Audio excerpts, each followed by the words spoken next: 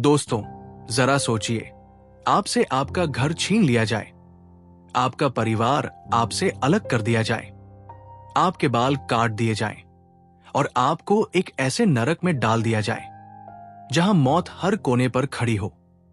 आपके पास पहनने को फटे कपड़े हैं और खाने को सिर्फ एक सूखी रोटी। ऐसी स्थिति में क्या आप जिंदा रहने की उम्मीद रखेंगे?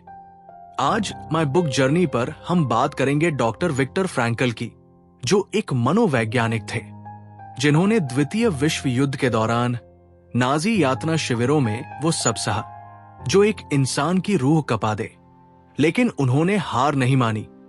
उन्होंने एक ऐसी तरकीब खोजी जिससे कोई भी इंसान सबसे बुरे वक्त से बाहर निकल सकता है। साल 1942, पोलैंड की कड़कड़ाती ठंड। एक मालगाड़ी के डिब्बे में सैकड़ों लोग ठूसे हुए थे। न हवा, न पानी, बस डर की गूंज। उस भीड़ में एक आदमी खड़ा था, डॉक्टर विक्टर फ्रैंकल, एक मशहूर मनोवैज्ञानिक। जब ट्रेन रुकी तो सामने था ऑशविट्ज, एक ऐसा नाम जिसे सुनकर उस वक्त मौत भी काम जाती थी। जैसे ही डिब्बे का दरवाजा खुला, कुत्तों के भौंकने और सैनिकों के चिल्लाने की आवाजें आई। सिलेक्शन शुरू हुआ। एक नाजी ऑफिसर हाथ हिला रहा था, दाएं या बाएं। दाएं का मतलब था काम और बाएं का मतलब था गैस चैम्बर। फ्रैंकल को दाएं भेजा गया, लेकिन उनकी आंखों के सामने उनके पिता, मां और पत्नी को बाएं भेज दिया गया। वो उनकी आखिरी मुलाकात थी। कुछ ही घंटों में फ्रैंकल के परिवार का शरीर धुआं बनकर आसमान में चला गया। कैंप के अंदर घुसते ही फ्रैंकल से उनकी आजादी ही नहीं, उनका वजूद छीन लिया गया। उनसे उनके कपड़े उतरवा लिए गए, उनके शरीर के सारे बाल काट दिए गए। उनकी बरसों की मेहनत, उनकी एक किताब की पांडुलिपि सैनिकों ने उनके सामने फाड़कर फेंक दी। अब वो डॉक्टर विक्टर फ्रैंकल नहीं थे, अब वो केवल एक कैदी नंबर थे। उन्हें फटे पुराने जूते दिए गए।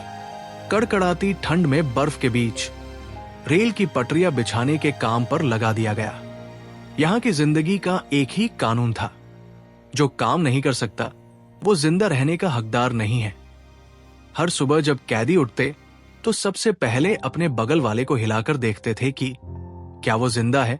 अगर वो मर चुका होता तो लोग शोक नहीं मनाते थे, बल्कि झपटकर उसके जूते या उसकी रोटी का टुकड़ा छीन लेते थे। फ्रैंकल लिखते हैं कि भूख इंसान को जानवर बना देती है। दिन भर की कड़ी मेहनत के बदले उन्हें सिर्फ पानी जैसा पतला सूप और एक छोटी सी सूखी ब्रेड मिलती थी। फ्रैंकल ने देखा कि लोग एक चम्मच सूप के लिए एक दूसरे का गला काट सकते थे। एक रात जब वो अपनी बैरक में लेटे थे, उन्होंने एक कैदी को देखा जो अपनी आखिरी सिगरेट पी रहा था। कैंप में सिगरेट एक करेंसी थी। सिगरेट पीने का मतलब था कि उस कैदी ने हार मान ली है। उसने तय कर लिया है कि अब वो लड़ना नहीं चाहता। अगले दिन वो कैदी मर गया। किसी ने सच कहा है कि वो थका जरूर है मगर अभी हारा नहीं है। मंजिल दूर सही मगर अभी किनारा नहीं है। तूफान कितना भी गहरा हो ए मुसाफिर, उम्मीद का दिया अभी बुझा सारा नहीं है।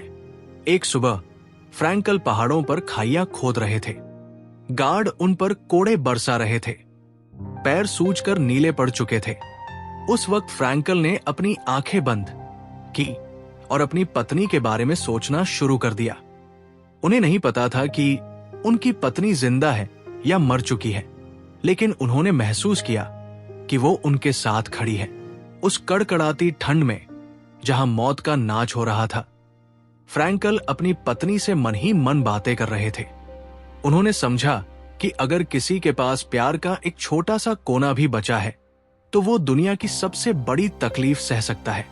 जैसे जैसे दिन बीतते गए, फ्रैंकल ने एक वैज्ञानिक की तरह कैदियों का निरीक्षण शुरू कर दिया।